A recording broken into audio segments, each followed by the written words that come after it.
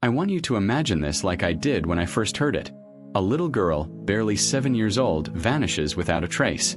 The kind of girl who still leaves crumbs on her chin when she eats cookies and whose backpack is heavier than she is. That image stuck with me, because it's the kind of story that doesn't feel real until it happens close to you. But this story, it happened just 3 towns over. I'm telling you this because it haunts me. It keeps me up at night. And by the end, it might keep you up too. What you'll learn from this story. By sticking with this story, you'll hear about the terrifying reality of how a child can disappear in broad daylight, the chilling discovery that turned the investigation on its head, and the dark, unanswered questions that still loom. This isn't just about fear, it's about learning how easily we overlook danger, how evil can hide in plain sight. The vanishing. This all started in early September, just as the leaves began to turn. It was one of those perfect afternoons, sunny, warm, full of promise. Kids were playing after school, bikes lay on their sides, backpacks tossed in yards. It felt like nothing could go wrong. The girl's name was Lily Harren. Her mom said she went out to play in the backyard around 4 p.m. That was normal. They lived in a quiet suburban neighborhood surrounded by patches of woods. Nothing ever happened there. Except this time something did. By 4:15, Lily was gone. No one heard a scream. No barking dogs. No scuffed shoes or broken branches. It was like she had just disappeared.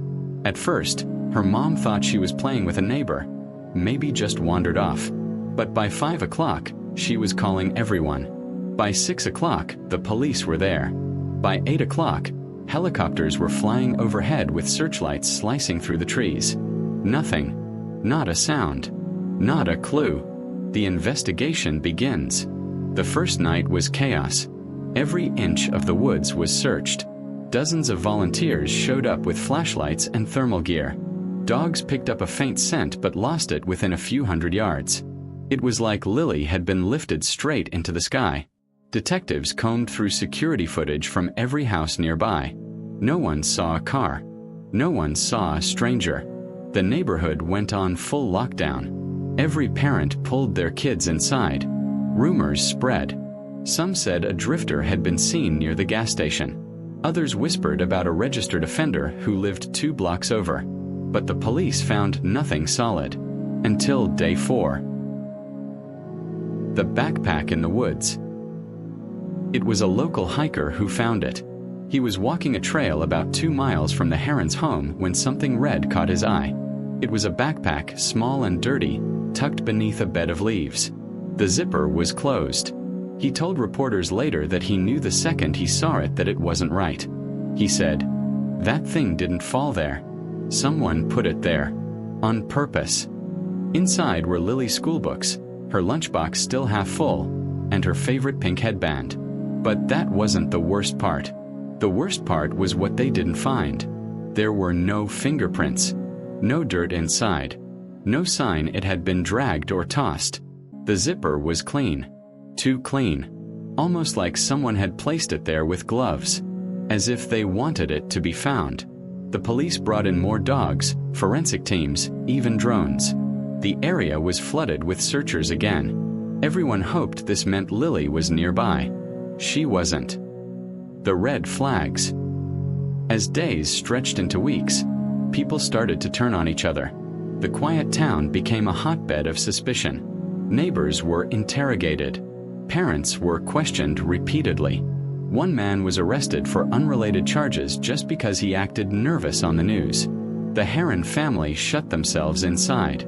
Lily's mom stopped eating. Her dad stopped talking. Her little brother started wetting the bed. The pressure crushed them. And then the theories began. Some thought Lily had been taken by someone she knew. Someone who knew the area and the routine. Others believed she was still alive, being held, somewhere underground or locked away in a cabin. A few people even believed the backpack was planted to throw everyone off. That maybe Lily was never in those woods at all. The breakthrough. Exactly 31 days after Lily disappeared, another break came. A teenage boy, a quiet kid from the same street, was caught trespassing on private property deep in the woods. When questioned, he claimed he was just exploring. But he had a sketchbook with him, full of drawings. Disturbing drawings. There were pictures of a little girl in a red backpack, in cages, behind fences, surrounded by trees. Police seized his computer. What they found chilled everyone.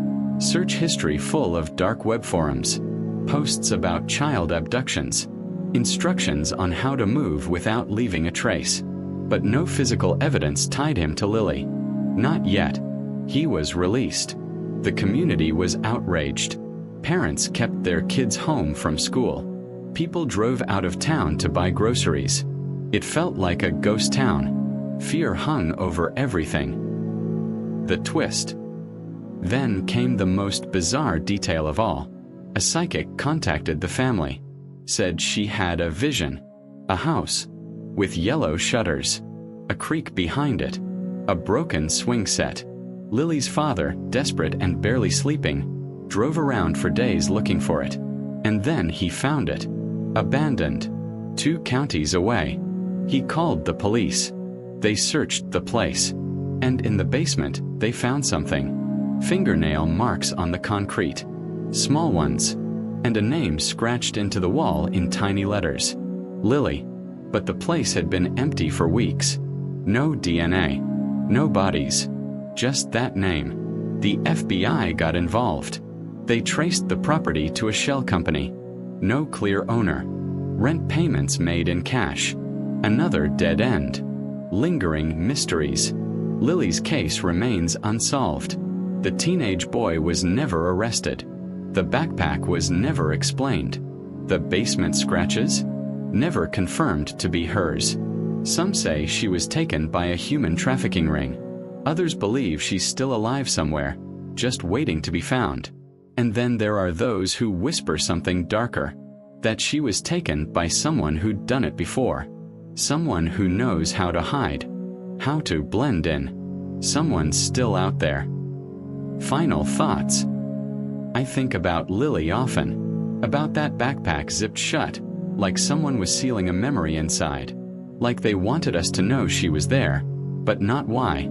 Or how, or for how long. I think about the yellow shutters, the scratched name, the silence that followed. And I wonder, how many more backpacks are out there, waiting to be found? If you stuck with this story, thank you. Not every story has a clean ending. But maybe, just maybe, if we keep paying attention, keep telling these stories, we'll find the ending Lily deserves. And maybe, if you're watching this, you'll remember her face the next time you see a missing poster. Maybe you'll notice something others don't. Stay safe. Hold your loved ones close. And never ever ignore a zipped up backpack in the woods. I still visit the trail where the backpack was found. It's quiet now. The leaves have covered the dirt. The wind moves like whispers through the branches.